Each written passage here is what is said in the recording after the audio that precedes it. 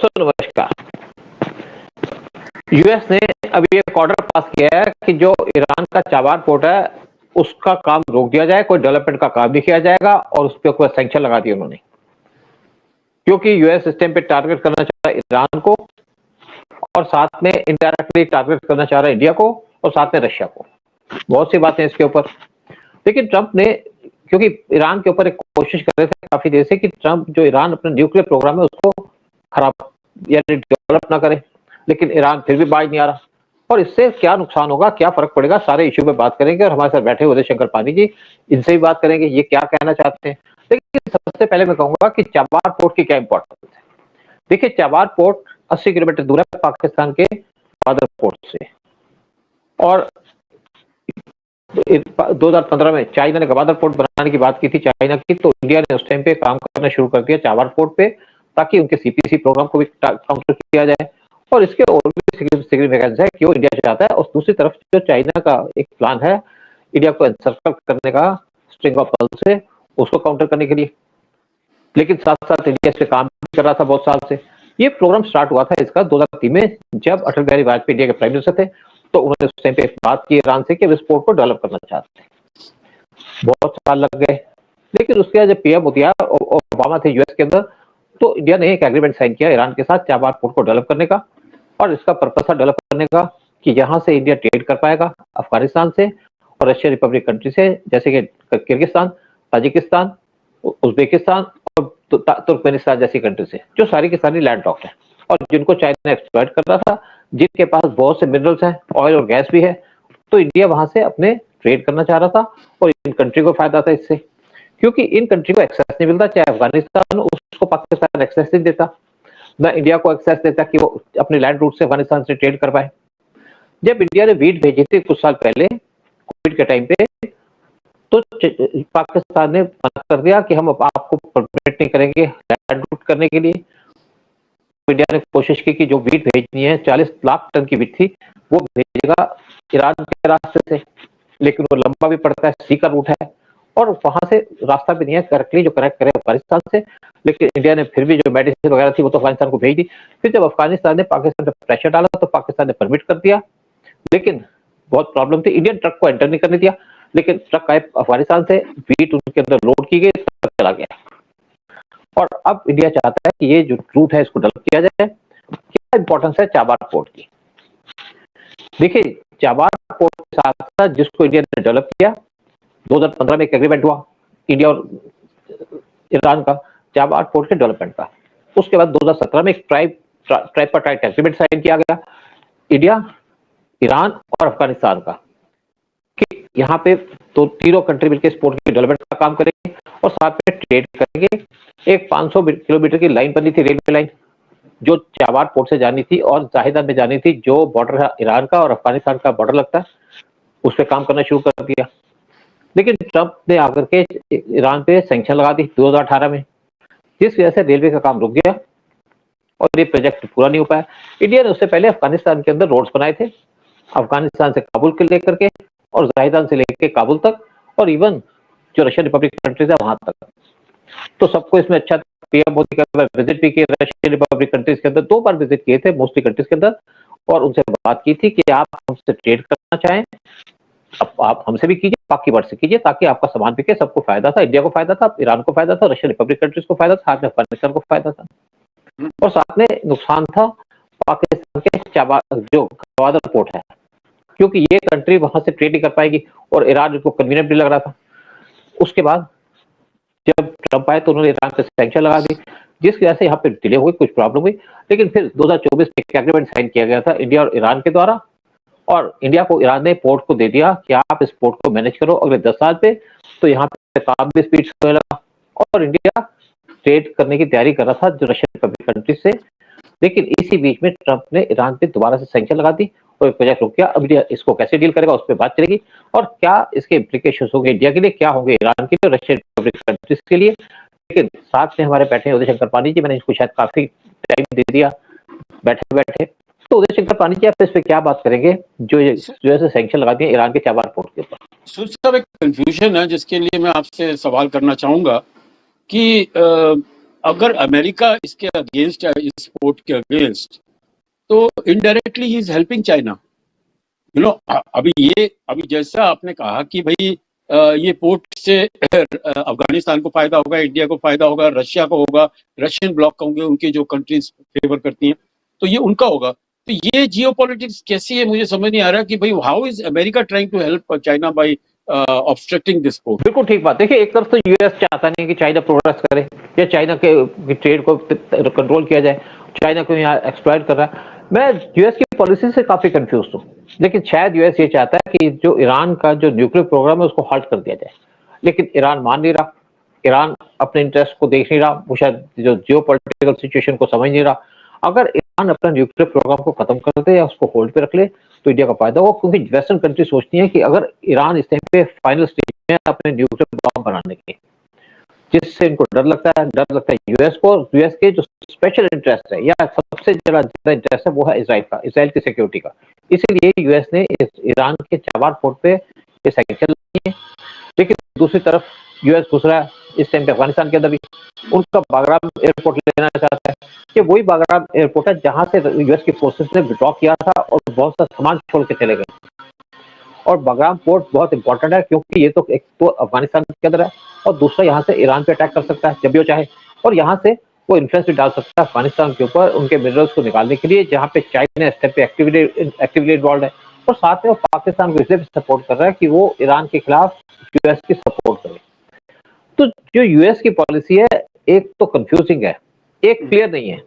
अगर बात करते हैं चाइना को, अगर आपने टारगेट करना है तो आपको इंडिया खड़ा था इंडियन ओशन में हेल्प करने के लिए, जहां से आप चाइना को टारगेट कर सकते हैं, लेकिन आपने तो इंडिया से पंगा ले लिया, इंडिया के ऊपर 50% टैरिफ लगा दिया। तो यूएस की जो पॉलिसी है स्पेशली ट्रंप के बाद, वो काफी कंफ्यूजिंग है। और जरूर यहाँ पे अगर यूएस चाबार पोर्ट के डेवलपमेंट का काम रोकता है तो उससे चाइना को हेल्प मिलेगी, लेकिन वो उसका जो मेन टारगेट है वो है इस टाइम पे ईरान। और एक और बात बता दूं कि एक प्रोग्राम, एक लिंक बना था ट्रेड का, इंडिया से यूएई, यूएई से सऊदी, सऊदी से इजराइल, इजराइल से ग्रीस, ग्रीस से यूरोप। और ये रूट बनाने का पर्पस था और बड़ा, लेकिन उसके बाद जब यहाँ पे हमास और इजराइल का वार स्टार्ट हो गया तो ये जो प्रोजेक्ट था ये डिले हो गया, ऑन होल्ड रख दिया गया। लेकिन इसका पर्पस यही था कि पूरे गल्फ को हेल्प मिले, इंडिया को मदद मिले, साथ में यूरोप के साथ ट्रेड हो, साथ में जो नुकसान हो चाइना का। लेकिन ईरान इसके अंदर इंक्लूडेड नहीं था। उसके बाद जब इंडिया रशिया की ट्रेड बढ़ने की बात हुई कि हम रशिया से ट्रेड करना चाहते हैं, कि जिस तरीके से इंडिया ने रशिया से ऑयल लेना शुरू कर दिया और रशिया इंडिया का हमेशा से पार्टनर आया, उसको हमको आर्म्स एम्युनिशन देता है, तो रशिया ने एक रास्ता ढूंढा इंडिया से ट्रेड करने का। रशिया से सामान आता था, जो उनका सी है, जो आपका लैंडलॉक सी है, वहां से आता था ईरान के अंदर, और ईरान से उन्होंने अपना ऑयल सामान भेजा हमको चाबार पोर्ट से लेकर के इंडिया के अंदर। और ये सामान हमको जो मिला वो मिला 18 दिन के अंदर, जबकि नॉर्मल तरीके से जो रशिया से कार्गो आता था उसमें लगते थे 35 डेज।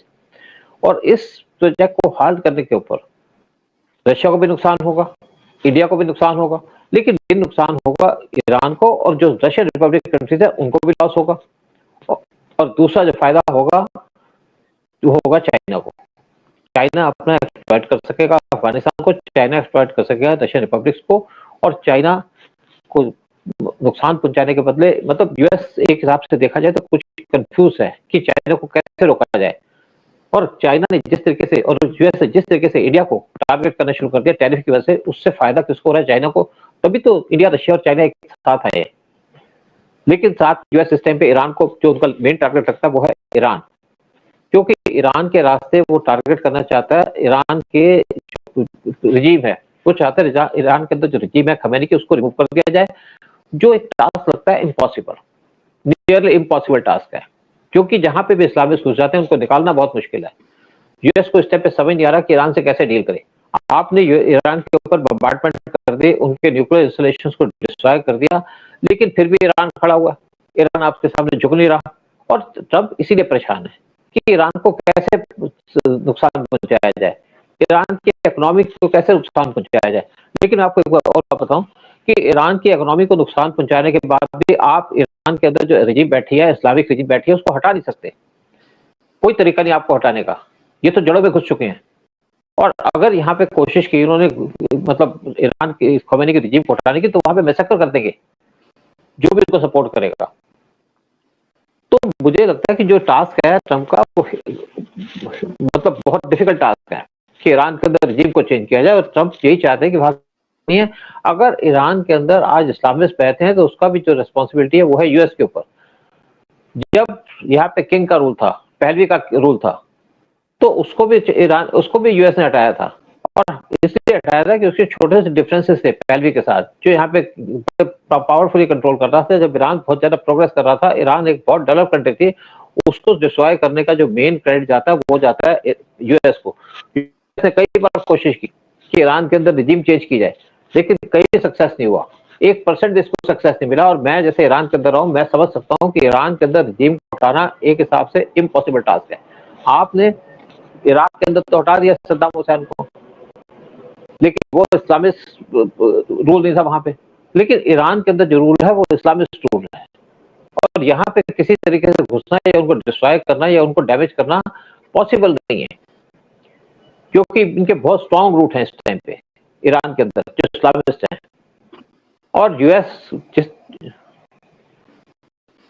हाँ, नहीं बट आप कुछ कह रहे थे। नहीं बट अभी जो ट्रेड डेलीगेशन आई है, American trade delegation to India, I am sure ये सारे इशू वहाँ डिस्कस होंगे। और सुनने को तो ये भी आया है कि ये जो टैरिफ इन्होंने लगाए हैं, जो बड़े जो बिल्कुल जस्टिफाइड नहीं थे, उनको भी रेक्टिफाई किया जा रहा है, उनको हटाया जा रहा है। देखिए, उदय, सबसे बड़ी देखिए बेसिकली क्या है कि ट्रंप बहुत एरोगेंट टाइप का आदमी है। ट्रंप बेसिकली जियोपॉलिटिकल सिचुएशन को मान रहा है, लेकिन हटाए तो नहीं ना। वो हटा देगा सर। हटाएगा, वो बात दूसरी है। डैमेज तो उसने कर दिया, दोनों कंट्री के रिलेशन डैमेज कर दिए। देखिए बेसिकली बहुत से डील करने जा रहे थे यूएस के साथ, इवन F-35 खरीदने की कोशिश कर रहे थे, लेकिन जब से उसने 1 साल तक डील की, और जब इंजन दिए तब भी वो हमको 12 इंजन दे रहा पर ईयर। और इंडिया इस तरफ यूएस की तरफ नहीं देख रहा, इंडिया देख रहा दूसरी तरफ। सिर्फ जो एसेंशियल आइटम है जो कहीं नहीं मिलेंगे वो यूएस चलेंगे। हाँ, नहीं, वो उन्होंने रियलाइज कर लिया है कि भैया ये they picked on the wrong person. ये मोदी ना तो झुकने वाला है। उदय देखो एक बात बताऊं आपको मैं, कि ये जो चीजें होती है ना, ये जियोपॉलिटिकल्स होती है, ये कोई पर्सनल इश्यूज नहीं होते कि मोदी झुकने वाला है नहीं झुकने वाला। ये बेसिकली क्या है कि आपके पॉलिसीज क्या है, आपके प्रोग्राम क्या है। सर इंडिया झुकने नहीं वाला, मैं मोदी की तो वही बात है ना, कोई ये नहीं सोचता कि झुकने का वाला है नहीं झुकने वाला। हर एक कंट्री जो काम करती है वो अपनी कंट्री के इंटरेस्ट को देख के काम करती है, लेकिन ट्रंप जो है उनकी जो इश्यूज है वो करके दूसरी जनरेशन चला सकते। आप कंट्री को दादागिरी से चला सकते, आप कंट्री को इस तरीके से चला सकते कि किसी कंट्री के साथ आप कहो कि मैं आप आज टैरिफ हटा दूंगा, कल लगा दूंगा। देखिए आपने जो टैरिफ लगाया इंडिया के ऊपर, आज इनकी 6 बार हमारी बात हो चुकी है, ट्रेड टॉक्स हो चुकी हैं, कोई रिजल्ट नहीं आया। अभी तक तो कोई रिजल्ट नहीं आया। यहाँ पर उसके डिफेंस डेलीगेशन बैठी है, इंडिया उनसे इंजन की तो बात हो चुकी है, चलो इंजन वो बना रहा है हमारे साथ, लेकिन अब हमने सैफरन से एग्रीमेंट साइन किया है जो फ्रांस की कंपनी है कि आप हमें इंजन बनाइए जो तेजस पे लगाए फ्यूचर के अंदर।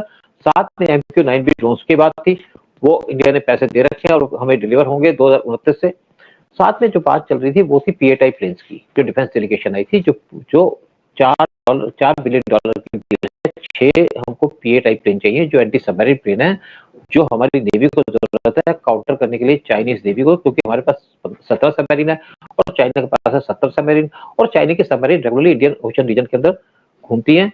और ये जो आपका PA टाइप प्लेन है, ये एक टाइम पे 8000 किलोमीटर से ज्यादा फ्लाई कर सकता है और ट्रैक कर सकता है सबमरीन को, और उनको इवन डिस्ट्रॉय कर सकता है। तो इंडिया सिर्फ इस डील को फाइनलाइज करने के चक्कर में है कि ये डील फाइनलाइज की जाए यूएस के साथ, क्योंकि किसी भी कंट्री को के पास इस टाइप के प्लेन्स नहीं है, ना किसी को जरूरत है, और इसलिए इंडिया यूएस से डील करना चाहता है। लेकिन बाकी कोई भी डिफेंस डील यूएस से करना नहीं चाहता, चाहे F-35 हो चाहे कोई हो, क्योंकि यूएस पे इंडिया का भरोसा टूट चुका है। आप अपनी कंट्री को चला रहे हो तो कंट्री को चाहो देश की तरह, आपकी पर्सनल प्रॉपर्टी नहीं है। आपने देखा बहुत से लीडर्स आपस में बात करते हैं, लेकिन उनके डिफरेंसेस होते हैं, वो अलग बात है, लेकिन डिफरेंसेस होते हैं कंट्री टू कंट्री। कंट्री की पॉलिसी स्टेबल होती है, पर्सनल रिलेशंस कभी ना कभी घूम जाते हैं इधर या उधर, लेकिन देश वही रहता है। गवर्नमेंट चेंज हो जाती है, लेकिन किसी कंट्री कोई कंट्री शिफ्ट नहीं होती, कंट्री वहीं कमी रहती है। तो यूएस का जो इस टाइम पे एटीट्यूड है कि आपने टैरिफ लगा दिया, हटाना तो हटा दीजिए, क्यों लगा दिए, क्या जरूरत है लगाने की। लेकिन लगाने का पर्पस है इंडिया को नुकसान पहुंचाना, इंडिया को धमकाना। लेकिन इंडिया धमका नहीं, जैसे आपने कहा कि मोदी तो किसी के सामने झुकते हैं ना, झुकने की बात करते हैं। तो ट्रम्प टैरिफ लगता रहेगा तो रिलेशन हमारे उस टाइप के हो नहीं पाएंगे। और इवन टैरिफ हटने के बाद भी हम कभी भी यूएस के साथ उस टाइप के रिलेशन को मेंटेन नहीं कर पाएंगे जो हमारे यूएस के साथ रिलेशन थे इतने सालों से, या पिछले 10 या 15 साल से।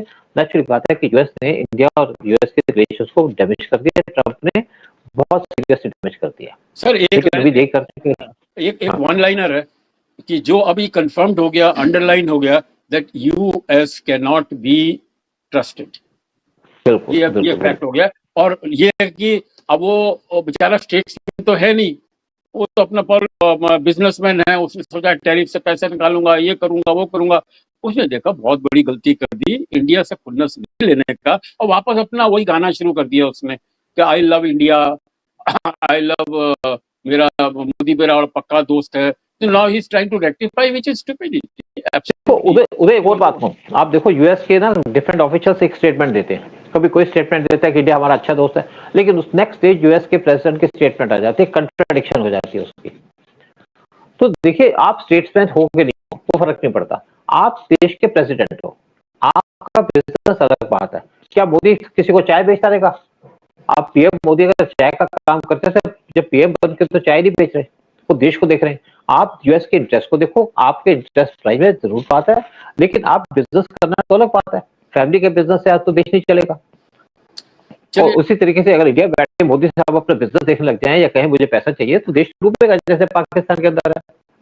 तो इसीलिए इंडिया आगे प्रोग्रेस कर रहा है।